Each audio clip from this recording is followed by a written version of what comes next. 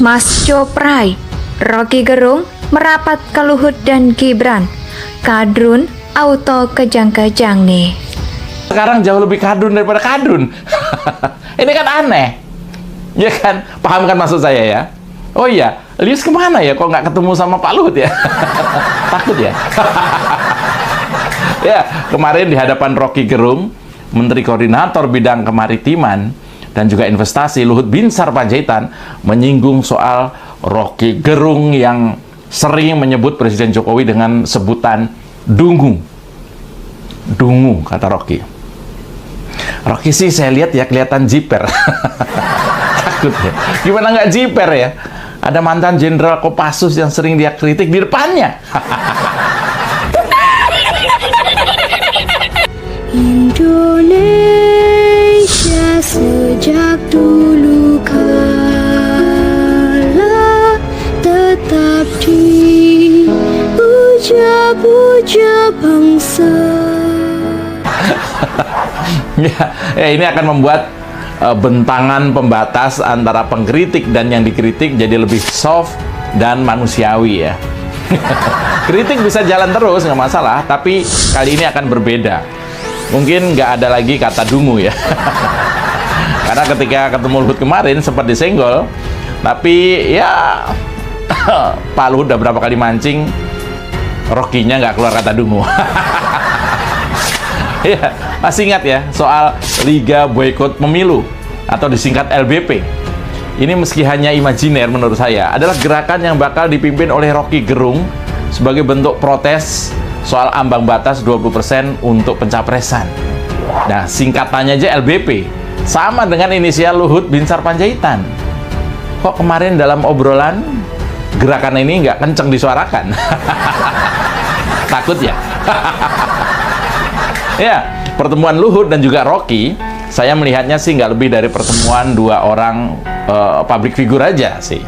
Tapi meskipun nggak terlalu signifikan, tetap akan membuat beberapa kebekuan menjadi cair, gitu loh ya.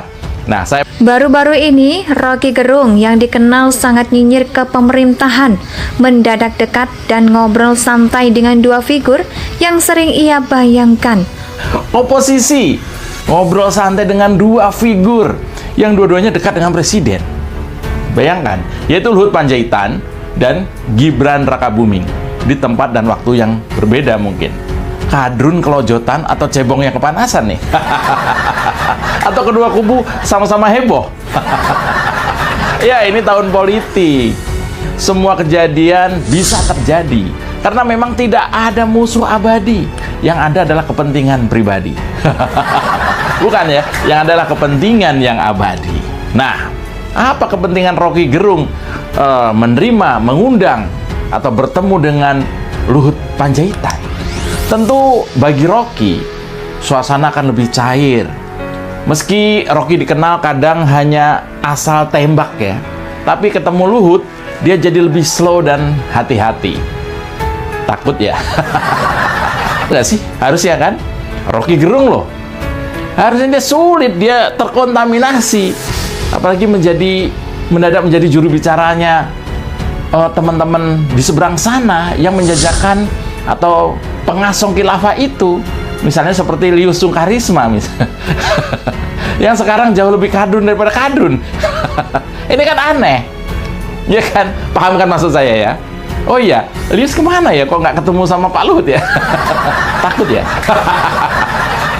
Ya, kemarin di hadapan Rocky Gerung, Menteri Koordinator Bidang Kemaritiman dan juga Investasi Luhut Binsar Panjaitan menyinggung soal Rocky Gerung yang sering menyebut Presiden Jokowi dengan sebutan dungu.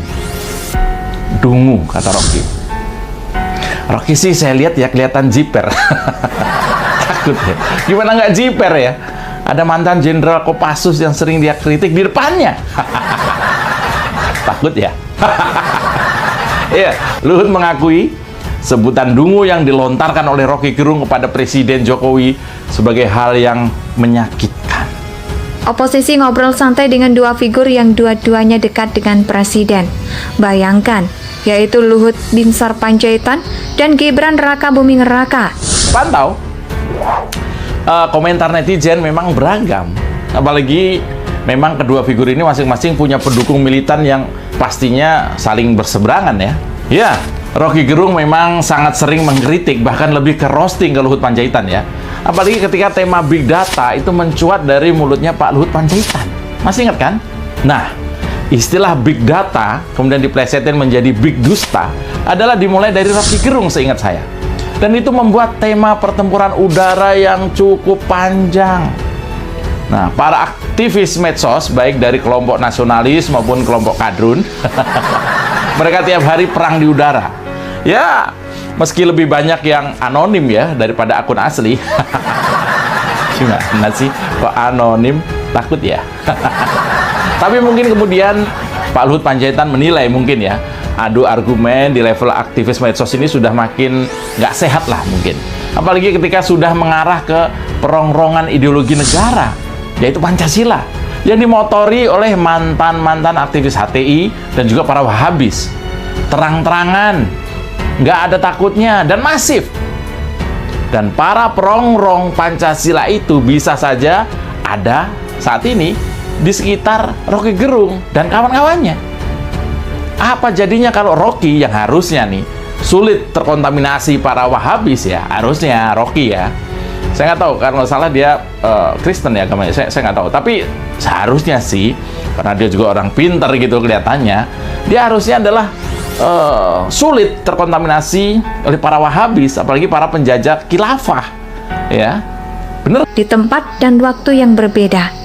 Mungkin kadrun kelojotan atau cebongnya kepanasan nih. Tapi lihat Pak Jokowi, ketika dikata-katain Rocky Gerung pun dianggapnya adalah sebagai kritik luar biasa ini ya. Dihujat, dibilang dungu, tapi dianggap sebagai kritik. Luar biasa. Siapa yang bisa meneruskan kelembutan hati Pak Jokowi itu? Apa tujuan Luhut menghadiri undangan Rocky? Dan kenapa Gibran juga mendatangi rumahnya Rocky Gerung? Apakah Rocky mau mencalonkan jadi presiden? Ya, jutaan pendukung Pak Jokowi termasuk saya juga nggak terima ketika Presiden Jokowi dikata-katain oleh Rocky. Dan ini berbahaya. Mungkin ya, dugaan saya kedatangan Pak Luhut salah satunya adalah untuk meredam kemarahan pendukung Presiden Jokowi ke Rocky Gerung. Pantesan Rocky takut ya. Tapi kata Pak Luhut, apa yang dilontarkan Rocky Gerung ia sebut sebagai bagian dari kritik yang harus diterima. Hal itu juga sebagai bukti bahwa saat ini tidak ada kebebasan berpendapat yang dikekang, sebagaimana dituduhkan sebagian orang. Nah, ini nih bedanya orang-orang yang dekat dengan Pak Jokowi dengan yang misalnya geng sakit hati yang dekat dengan Rocky Gerung. Ray Suryo misalnya, ketika saya dan Eko kritik dulu, malah melaporkan ke polisi. Atau kedua kubu sama-sama heboh. Ya, ini tahun politik, semua kejadian bisa terjadi karena memang tidak ada musuh abadi, yang ada adalah kepentingan pribadi. Ini akan membuat bentangan pembatas antara pengkritik dan yang dikritik jadi lebih soft dan manusiawi ya. Kritik bisa jalan terus, nggak masalah, tapi kali ini akan berbeda. Mungkin nggak ada lagi kata dungu ya. Karena ketika ketemu Luhut kemarin sempat disenggol, tapi ya Pak Luhut udah berapa kali mancing, Rocky-nya nggak keluar kata dungu. Ya, masih ingat ya soal Liga Boykot Pemilu atau disingkat LBP. Ini meski hanya imajiner menurut saya, adalah gerakan yang bakal dipimpin oleh Rocky Gerung sebagai bentuk protes soal ambang batas 20% untuk pencapresan. Nah, singkatannya aja LBP. Sama dengan inisial Luhut Binsar Panjaitan. Kok kemarin dalam obrolan gerakan ini nggak kenceng disuarakan? Takut ya? Ya, pertemuan Luhut dan juga Rocky, saya melihatnya sih nggak lebih dari pertemuan dua orang public figure aja sih. Tapi meskipun nggak terlalu signifikan, tetap akan membuat beberapa kebekuan menjadi cair, gitu loh ya. Nah, saya Indonesia